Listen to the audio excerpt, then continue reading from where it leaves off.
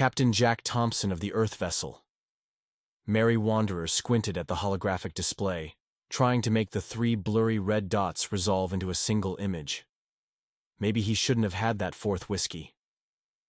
The ship's celebration of their successful mining expedition had gotten a bit out of hand, but hell, they'd earned it. 3 months in the asteroid belt of Centauri 9 had yielded twice the expected haul of rare minerals. "Cap, we've got company," First Officer Lisa Barnes called out, her words slightly slurred. She tapped at her console with deliberate concentration. 3 vessels. Big ones. Not human signatures. Jack straightened in his chair, willing his head to clear. "Comms. Try to hail them." Communications Officer Tom Miller fumbled with his headset. "Aye, Cap. Broadcasting on all frequencies." After a moment, he shook his head. "Nothing. Wait. Getting some kind of transmission. It's a demand to surrender our cargo and ship." "Put it on screen," Jack ordered. The view screen flickered to life, revealing a tall, blue-skinned alien with elaborate gold markings across its face. Its voice translated with a metallic edge. "Human vessel. This is Commander Vex of the Arctarian Elite Force. Your ship has trespassed in restricted space. Surrender immediately or be destroyed." Jack glanced around the bridge. His crew, his friends, all looked back at him with various stages of inebriation evident on their faces, but beneath that was something more important. Trust. "Engineering. What's our status?" Jack asked into the comms. Chief Engineer Mike Rodriguez's voice came back surprisingly clear. "Engines are purring like kittens, Cap. Whatever you're planning, she'll hold." Jack nodded, making his decision. "Arctarians. Never heard of them. Check the database." Science Officer Emma Wilson tapped at her station. "Arctarians. Highly militarized. Species. Technological advancement about 20 years ahead of Earth standards. Known for precision tactics and... oh, they've never been defeated in ship-to-ship combat." "First time for everything," Jack muttered. Louder, he addressed the alien commander. "This is Captain Thompson of the Earth mining vessel Mary Wanderer. We're in neutral space according to the Galactic Accord of 2187. Our charts show no restricted zones in this sector." The alien's eyes narrowed. "Your outdated information is irrelevant. The Arctarian Empire claimed this sector 3 solar cycles. I'll go. Prepare to be boarded." The transmission cut off abruptly. "They're moving into attack formation," Lisa reported, sobering quickly. "Tactical analysis suggests they're elite military vessels, heavily armed, heavily shielded." Jack felt the familiar rush of adrenaline cutting through the alcohol haze. "And we're just a mining ship with a skeleton crew and minimal weapons." He grinned suddenly. "But we've got 2 things they don't." "What's that, Cap?" Tom asked. Jack's fingers danced across his command console. "First, we've got those new experimental shields Mike's been tinkering with." Mike's voice came over the comm. "They're untested in combat, but theoretically they should hold." "And second," Lisa prompted. Jack's grin widened. "We're too drunk to know we're outmatched." He punched the ship-wide comm. "All hands, battle stations. This is not a drill. I repeat, this is not a drill." Throughout the ship, the crew of the Mary Wanderer scrambled to their positions, fighting through their alcohol-induced fog with the determination that had made humanity infamous across the galaxy. They might be outgunned and inebriated, but they were human, adaptable, unpredictable, and absolutely unwilling to give up without a fight. As the 3 Arctarian warships closed in, Jack Thompson made a silent promise to his crew. They'd gotten out of worse scrapes before. Somehow they'd survive this too. The Arctarian vessels moved with perfect synchronization, their formation a textbook example of elite combat positioning. On board the Mary Wanderer, the situation was considerably less orderly. "Evasive maneuvers," Jack shouted as the first volley of enemy fire streaked toward them. Pilot Dave Wilson, who had consumed more than his fair share of the celebration's libations, responded with surprising reflexes. The mining vessel lurched sideways in a maneuver that no sober pilot would have attempted. The enemy shots missed by mere meters. "What the hell was that?" Jack demanded, gripping his armrests. Dave grinned sheepishly. "Sorry, Cap. Meant to do a standard Epsilon evasion, but my fingers slipped." Lisa studied her tactical screen. "Whatever it was, it worked. They weren't expecting that trajectory. Their targeting systems are recalibrating." Jack leaned forward. Maybe being unpredictable is our advantage. Dave, keep it up. Do the unexpected. That's all I've got right now, Cap, Dave replied, executing another wild maneuver as more enemy fire approached. In engineering, Mike was frantically routing power to the experimental shields. These weren't meant to be field-tested this way, he muttered to his assistant, Anna Lee. They're designed to deflect micrometeorites during mining operations, not military-grade weapons fire. We modify them, Anna suggested, her words precise despite her intoxication. Oscillating frequencies might disrupt their targeting lock. Mike's eyes widened. That's actually brilliant. No military shield would do that. It would be too unstable. But we're not military. On the bridge, Jack was forming a desperate plan. What do we know about Arcturian tactics? Emma consulted her database. They're methodical, coordinated. Their battle formations are mathematically perfect, designed to maintain optimal firing positions while protecting vulnerabilities. So they expect their opponents to behave logically, Jack mused. What happens if we don't? We'll either surprise them or get ourselves killed, Lisa answered bluntly. Let's aim for the former, Jack decided. Weapons status? Weapons officer. Ben Clark reported from his station. Mining lasers at full power, Cap. They're not designed for combat, but they pack a punch at close range. We've also got those magnetic grapples for asteroid capture. Jack's eyes lit up. Magnetic grapples. Those could disrupt ship systems if attached directly to their hulls. The ship rocked as an enemy shot found its mark. Shields at 68%, Lisa reported. Whatever Mike did is working, but we can't take too many more hits like that. Jack opened a ship-wide channel. All hands, listen up. We're outgunned and outnumbered, but not outsmarted. These Arcturians expect us to fight by the book, a book they wrote. So we're going to throw the book out the airlock. He turned to his bridge crew. Dave, get us in close to their lead vessel. Uncomfortably close. Ben, prepare the mining lasers to target their weapon ports at point-blank range. Tom, I want you to blast every frequency with the loudest, most obnoxious Earth music you can find. Sir? Tom questioned, confused. Psychological warfare, Jack explained. I want to rattle them. As the Merry Wanderer executed a series of erratic maneuvers that had even the seasoned crew gripping their stations, Jack added, and launch magnetic grapples once we're in range. The Arcturian commander watched in disbelief as the human vessel approached in a zigzagging pattern that defied all combat logic. No evasion algorithm could predict where they would move next. What are they doing? His second-in-command asked, bewildered. This violates all tactical protocols. Commander Vex narrowed his eyes. They're either fools or they have a strategy we don't understand. Either way, he wouldn't underestimate them again. All ships, concentrate fire. Destroy that vessel immediately. But the humans' erratic movements made them nearly impossible to target effectively. And as the Merry Wanderer drew closer, the real nature of Captain Thompson's mad plan began to unfold. The Merry Wanderer shuddered as it executed another impossible turn, its hull groaning under stresses it was never designed to endure. In the cramped confines of the mining vessel, the crew fought against both the effects of alcohol and the brutal G-forces of Dave's increasingly unorthodox piloting. Distance to target, 200 meters, Lisa called out, her knuckles white on the edge of her console. Ready magnetic grapples, Jack ordered. And Tom, hit them with the music now. Tom grinned widely as he pressed a series of buttons. Immediately, the ancient Earth rock anthem, We Will Rock You, began broadcasting on all frequencies, the pounding rhythm overwhelming Arcturian communications. On the lead Arcturian vessel, Commander Vex winced as the primitive human noise assaulted his sensitive hearing. Silence that racket, he demanded, but his communications officer struggled to block the signal. Sir, they're approaching on an intercept course, the tactical officer reported. Should we withdraw to optimal firing range? Negative, Vex replied firmly. They're attempting to confuse us, maintain formation and continue concentrated fire. But the human vessel didn't behave as expected. Instead of attempting to pass between the Arcturian ships where their firing arcs would be compromised, the Merry Wanderer dove directly toward the flagship's belly. They're attempting a collision, Vex's second-in-command shouted in alarm. Evasive action, Vex ordered. But it was too late. At the last possible moment, The mining vessel pulled up, scraping along the underside of the Arcturian flagship.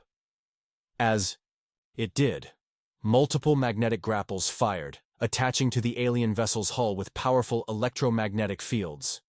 "Grapples attached," Ben reported triumphantly. Jack nodded. "Mike, now." In engineering, Mike initiated the sequence they'd hastily prepared. Sending power surge through the grapples in 3, 2, 1. The resulting electromagnetic pulse wasn't powerful enough to disable the Arcturian vessel completely, but it wreaked havoc on their delicate targeting systems and external sensors. "Their weapons are offline," Lisa exclaimed. "Temporarily, at least." Jack didn't waste the opportunity. "Ben, mining lasers on their primary weapon ports, full power." The industrial-grade mining lasers, designed to cut through asteroid rock, focused their energy on the Arcturian ship's weapon emplacements. They weren't as precise as military weapons, but at this range and with this much power, precision wasn't necessary. Metal melted and circuits fried under the sustained assault. "The other ships are moving to assist," Lisa warned. "We've got maybe 30 seconds before they're in optimal firing position." Jack nodded. "Dave, get us behind the flagship. Use it as a shield." "Aye, Cap," Dave replied, executing a maneuver that sent several crew members tumbling from their stations. The damaged Arcturian flagship now floated between the Merry Wanderer and its companions, temporarily blocking their line of fire. In the momentary reprieve, Jack addressed his crew again. "Phase 1 complete. Now for Phase 2. He turned to Emma. "What's the most sensitive external component on an Arcturian warship?" Emma, who had been furiously researching Arcturian weaknesses, looked up from her console. "Their sensor array. Located at the rear of the vessel, near the engine housing. It's heavily shielded. But if we could overload it somehow? Like with a focused EMP?" Jack suggested. Emma nodded slowly. "Theoretically. But we'd have to be precise, and we'd need more power than our first attempt." "Mike," Jack called over the comms, "can you rig a stronger EMP focused on their rear sensor array?" "Already on it, Cap," came the reply. "Anna had the idea of rerouting power from the mineral processors. It'll take 5 minutes." "You've got 2, Jack responded as the ship rocked from a glancing hit. The other Arcturian vessels were maneuvering to get a clear shot. Commander Vex stared at his malfunctioning tactical display in disbelief. No one had ever damaged his vessel in combat, let alone with such primitive technology. This mining crew was using equipment never designed for battle in ways that defied conventional tactics. "Reroute emergency power to weapons," he ordered, "and inform the other vessels to target their engines. I want that ship disabled, not destroyed. These humans have earned a personal interrogation." As the Arcturian ships closed in for what they believed would be the final phase of the battle, the crew of the Merry Wanderer worked feverishly to implement the next stage of their improvised plan. A plan that continued to evolve as rapidly as the situation around them. "EMP ready in 30 seconds, Mike's voice crackled over the comms. "Too long," Jack muttered as the ship shook from another hit. "Lisa, status?" "Shields at 42%, she reported grimly. "The other 2 Arcturian vessels have us bracketed. Next volley will likely penetrate our defenses." Jack's mind raced. They needed a diversion, something to buy them just a little more time. His gaze fell on the cargo manifest still open on a secondary screen. The fruits of their mining expedition. "Ben, load Bay 3's mineral samples into the ejection system," he ordered suddenly. Ben looked confused, but complied. "Loaded, Cap. But that's nearly a ton of raw chromium ore, worth a fortune. And highly reflective to certain scanning frequencies," Jack added with a grin. "Dispersion pattern delta on my mark." The Merry Wanderer lurched as another hit connected. Warning lights flashed across multiple consoles. "Mark!" Jack shouted. The cargo bay doors opened, and the precious chromium ore, millions of credits worth, spewed into space in a carefully calculated pattern. The effect was immediate. The highly reflective material created a cloud of sensor ghosts, confusing the Arcturian targeting systems. "They're firing on the decoys," Lisa reported incredulously. "Mike, status on that EMP?" Jack demanded. "Ready to fire, Cap, but we'll need to be within 50 meters of their sensor array for maximum effect." Jack turned to Dave. "You heard the man. Get us in position." Dave nodded. His earlier intoxication completely burned away by adrenaline. "Hold on to something, everyone. he warned before executing a maneuver that sent the mining vessel into a tight spiral around the rear of the damaged Arcturian flagship. On the Arcturian vessel, alarms blared as their systems struggled to distinguish between the real human ship and the dozens of false readings created by the dispersed chromium.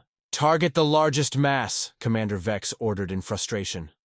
Unable to comply, his tactical officer responded. "Our targeting systems are being overwhelmed by conflicting data." The Merry Wanderer completed its spiral approach, coming to rest just behind the Arcturian flagship's engine section. "In position," Dave announced. "Fire EMP," Jack commanded. The electromagnetic pulse, far stronger than the first, struck the Arcturian sensor array directly. The effect was more dramatic than they'd hoped. Not only did the sensitive equipment overload, but the power surge traveled through the ship's systems, triggering a cascade of failures throughout the vessel.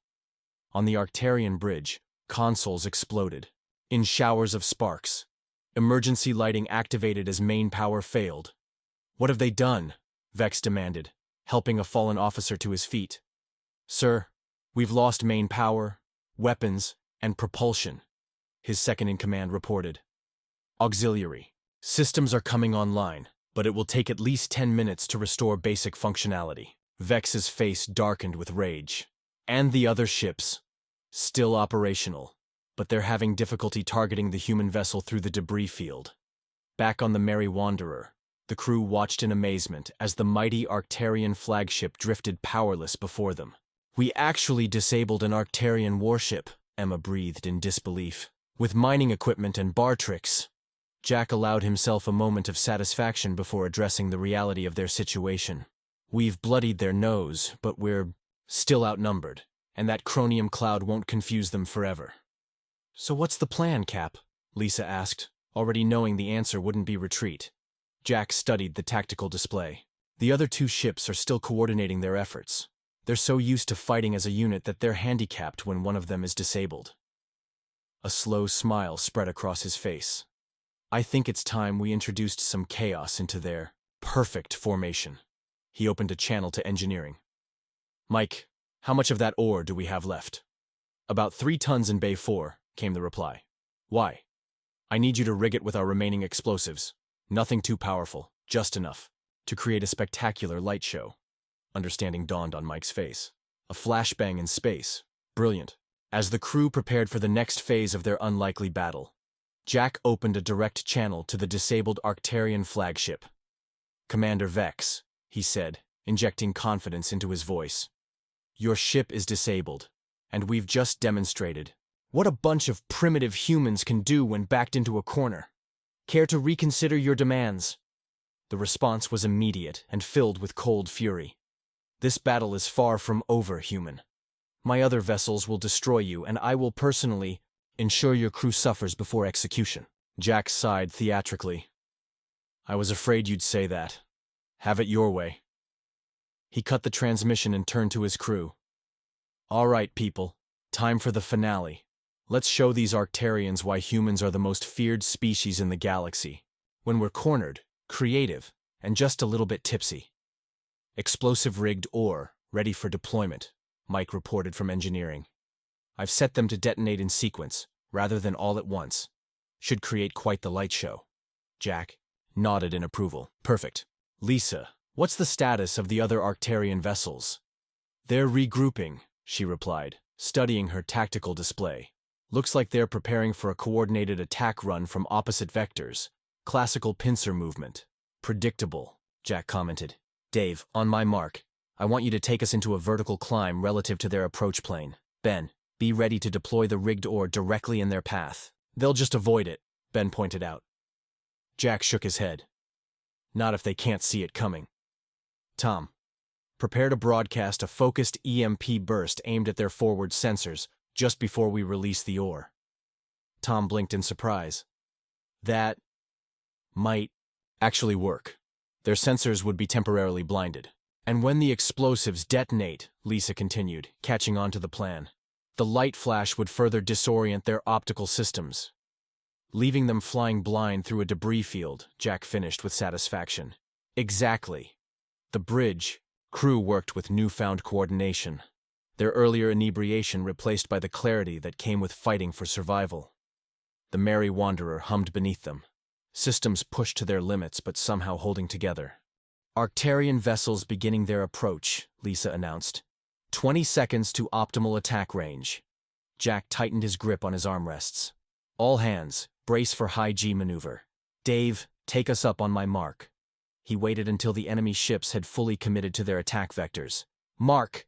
The mining vessel shot upward relative to the approaching Arcturian ships, its engines straining against the sudden acceleration. At the precise moment they passed above the enemy's projected course, Jack gave the next command. Tom, EMP now. Ben, deploy ore. The focused electromagnetic pulse lashed out, temporarily blinding the Arcturian sensors. Simultaneously, the cargo bay doors opened, releasing the explosive-rigged chromium ore directly into the path of the oncoming warships. First detonation in 3, 2, 1. Mike counted down from engineering. The first explosion wasn't particularly powerful by military standards, but in the vacuum of space, the light was brilliant, especially to the sensitive Arcturian optical systems. The second detonation followed moments later, then a third, creating a chaotic pattern of blinding flashes and rapidly expanding debris. Unable to see clearly and with their sensors compromised, the Arcturian vessels had no choice but to break off their attack run or risk collision with the debris. Their evasive maneuvers, however, lacked their usual precision, resulting in the two ships veering dangerously close to each other. They're going to, Lisa began, but was cut off by the sickening sight of the two Arcturian vessels scraping against each other as they tried to avoid the obstacle field. Neither ship was critically damaged, but the psychological impact was immediate. The Arcturians, accustomed to flawless execution and perfect coordination, had been forced into a clumsy, embarrassing error by a mining crew. Jack didn't waste the opportunity this confusion provided. Mike, do we have enough power for the mining? Lasers? Barely, came the reply. Maybe one good shot. Make it count, Jack ordered. Ben, target the vessel to port. Aim for their primary communications array. The mining laser fired, its beam cutting through space to strike the designated target with surprising accuracy. The Arcturian ship's communications array erupted in a shower of sparks and molten metal. Direct hit, Ben exclaimed. Their ship-to-ship communications are disabled. Jack allowed himself a small smile. Now they can't coordinate effectively. He turned to Tom. Open a channel to all Arcturian vessels. When the connection was established, Jack spoke with calm authority. Arcturian vessels, this is Captain Thompson of the Merry Wanderer. Your flagship is disabled. Your formation is broken. And you've just had a taste of what happens when humans get creative. He paused for effect. We didn't come looking for a fight, but we're certainly prepared to finish one. Stand down now, and we can all walk away from this. For several tense moments, there was no response. Then, surprisingly, a new Arcturian face appeared on the view screen, younger than Commander Vex, with fewer gold markings. This is Sub-Commander Krell of the Arcturian vessel Swift Justice. Our communications with Command are temporarily compromised. I request a temporary cessation of hostilities to assess our situation. Jack recognized a face-saving measure when he saw one. Granted, Sub-Commander.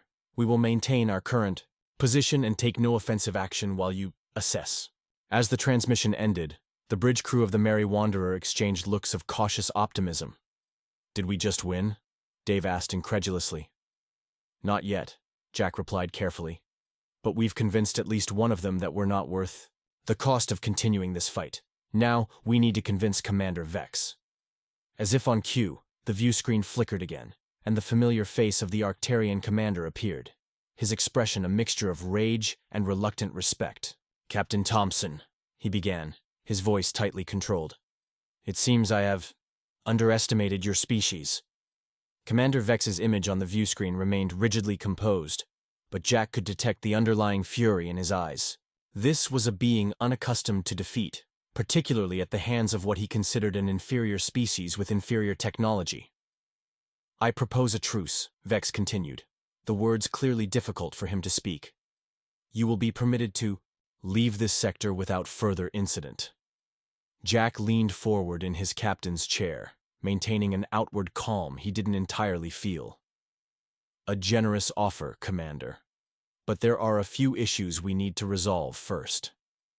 Vex's eye ridges rose. Slightly. You are hardly in a position to make demands, human. On the contrary, Jack replied smoothly. Your flagship is disabled. One of your support vessels has lost communications, and the other is now taking orders from a sub-commander who seems open to diplomacy rather than continued conflict. Meanwhile, my ship is damaged but operational, and my crew has demonstrated considerable creativity in combat. He let that sink in before continuing. So here are my terms. First, formal acknowledgement that this sector is neutral space under the Galactic Accord, not Arctarian territory.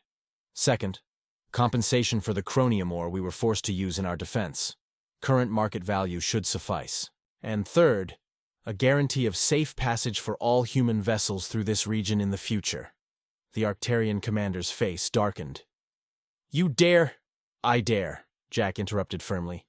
Because the alternative is continuing this engagement. We both know that even if you ultimately destroy us, the cost to your forces would be substantial. And when word gets back to Earth about Arctarian ships attacking a licensed mining vessel in neutral space. He let the implication hang in the air. Silence stretched between them as Vex calculated his options. Finally, he spoke. Each word precisely, measured. The Arctarian elite force does not recognize your interpretation of the borders defined in the Galactic Accord. However, I am authorized to negotiate temporary arrangements to avoid unnecessary conflict. Jack recognized this for what it was, the closest thing to a concession he was likely to get from the proud commander. I'm listening. We will permit your vessel to depart with your remaining cargo. We will also transmit updated navigational charts indicating areas the Arctarian Empire considers under its protection. Vex's expression hardened. But we provide no guarantees regarding future encounters. Each ship captain must respect Arctarian claims or face the consequences. Lisa leaned close to Jack, whispering urgently. Cap, our shields are failing, and we've got damage to the port stabilizers. We can't risk another round of combat. Jack nodded almost imperceptibly before addressing Vex again. We accept your terms with one addition. You will transmit a general advisory to all Arctarian vessels identifying the Merry Wanderer as a ship that has earned special consideration.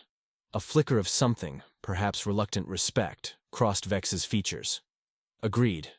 Though I doubt our paths will cross again, Captain Thompson.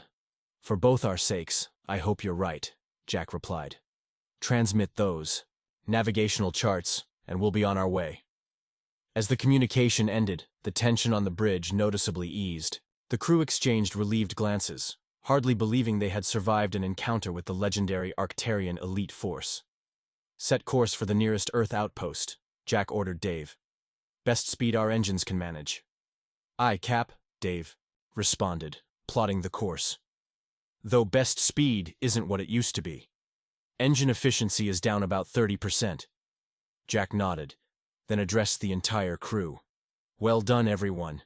Against all odds, you turned a mining vessel into a warship and lived to tell the tale. His expression grew more serious. But don't get comfortable. We're not out of this yet. You think they might still attack? Tom asked nervously. Jack shook his head. No. Vex will keep his word. It's a matter of honor for the Arctarians, but our ship has taken serious damage and we're a long way from home. As if to emphasize his point, the lights flickered momentarily and a warning alarm sounded from an engineering station. Mike, status report, Jack called over the comms. Not good. Cap, came the strained reply. The power surge we used for that last EMP fried several critical systems. Life support is stable, but propulsion is another story. We've got maybe 6 hours at current speed before the engines give out completely. Jack absorbed this news with outward calm. Options? We could divert power from non-essential systems, Lisa suggested. Shut down all but emergency lighting, reduce life support to minimum levels, that sort of thing. That might buy us another few hours, Mike agreed over the comms. But eventually, we'll be dead in space. Jack studied the star chart on his display. The nearest outpost is 12 hours away at our current speed. He was silent for a moment, thinking. What about the emergency beacon? Could we modify it, boost its range? Possibly, Mike replied. But even then, the nearest Earth vessel might be days away. The weight of command settled heavily on Jack's shoulders. They had survived the battle against impossible odds, but victory would mean nothing if they couldn't make it home. As he considered their dwindling options, his gaze fell upon the navigational display showing the retreating Arcturian vessels. A dangerous idea began to form in his mind. "Tom," he said slowly, "open a channel to Commander Vex." The crew looked at him in shock. "Cap, you can't be serious," Lisa protested. "They just tried to destroy us. And now they're going to help us get home?" Jack replied with determined confidence. "They just don't know it yet." The Arcturian commander's face appeared on the view screen once more, his expression a mixture of surprise and suspicion. "Captain Thompson, I did not expect to hear from you again so soon." Jack met Vex's gaze steadily. "A situation has developed, Commander. The damage sustained during our disagreement has compromised our propulsion systems. At current capacity, we won't reach the nearest human outpost." Vex's expression remained impassive. "This is unfortunate for you, but hardly my concern." "Actually," Jack countered, "I believe it is. The Galactic Accord you cited earlier has very specific provisions regarding distressed vessels. Section 17, Paragraph 3 states that any ship with the capability to render aid to a disabled vessel must do so, regardless of species or prior conflict." The Arcturian commander's eye ridges drew together. "You expect us to rescue you after you damaged our vessels?" "Not rescue," Jack clarified. "Just a tow to the edge of the Proxima system. We can signal for help from there." For a long moment, Vex seemed to be weighing his options. Finally, he spoke. "The Arcturian elite force does, indeed, honor the provisions of the Galactic Accord, even those that inconvenience us. We will extend a tractor beam to your vessel and transport you to the coordinates you specify." Jack nodded. "Thank you, Commander." "Do not thank me, human," Vex replied coldly. "This is not an act of charity. It is the fulfillment of a legal obligation." "Of course," Jack agreed, maintaining a respectful tone despite the small victory. "We'll prepare for tractor lock." As the transmission ended, the bridge crew stared at their captain in amazement. "I can't believe that worked," Tom said, shaking his head. Lisa laughed softly. "The man who just beat an Arcturian elite squadron with mining equipment and bar tricks? I'm starting to think nothing's impossible for him." Jack dismissed the praise, with a wave of his hand. "We're not home yet. Mike, what's the status of our shields?" "Barely functional," came the reply from engineering. "Why?" "Because we need to protect our hull integrity during the tow," Jack explained. "Divert all remaining power to structural integrity and the shield grid immediately surrounding the tractor beam contact point." "Aye, Cap. We'll make it work." Within minutes, the massive Arcturian flagship maneuvered into position above the Merry Wanderer. A shimmering blue beam extended between the vessels, enveloping the human ship in its energy field. "Tractor lock established," Lisa reported. "They're setting course for the Proxima system. Estimated arrival in 4 hours." Jack nodded in satisfaction. "All hands, use this time to make what repairs you can. I want damage control reports from every section." As the crew dispersed to their duties, Jack remained on the bridge, watching the stars streak by on the view screen. They had achieved the impossible today, outmaneuvering and outfighting an elite military force with nothing but a mining vessel and intoxicated ingenuity. 4 hours later, as promised, the Arcturian vessel released them at the edge of the Proxima system. Before departing, Commander Vex requested a final communication with Jack. "Captain Thompson," the Arcturian began, his formal tone unchanged. "Our obligation under the Accord has been fulfilled." "Indeed it has," Jack agreed. "And you have my gratitude, Commander." Vex studied him for a moment before speaking again. "I have served in the Arcturian elite force for 30 cycles. In that time, I have engaged in combat with 47 different species. None have ever achieved what your crew accomplished today." Jack remained silent, sensing there was more to come. "Our tactical database will be updated to reflect the unpredictable nature of human combat strategies," Vex continued. "And your name will be noted in my personal log." Coming from an Arcturian commander, this was high praise indeed. Jack inclined his head respectfully. "Your Capabilities were as formidable as your reputation suggested, Commander. Perhaps our next encounter will have a different outcome, Vex replied, a hint of challenge in his voice. Jack smiled. For both our sakes, I hope there isn't a next time. But if there is... He let the implication hang in the air between them. As the Arcturian vessels departed, the crew of the Merry Wanderer gathered on the bridge to watch them disappear into the distance. The mining vessel was battered, its systems barely functional, but its crew stood tall with the pride of those who had faced impossible odds and emerged victorious.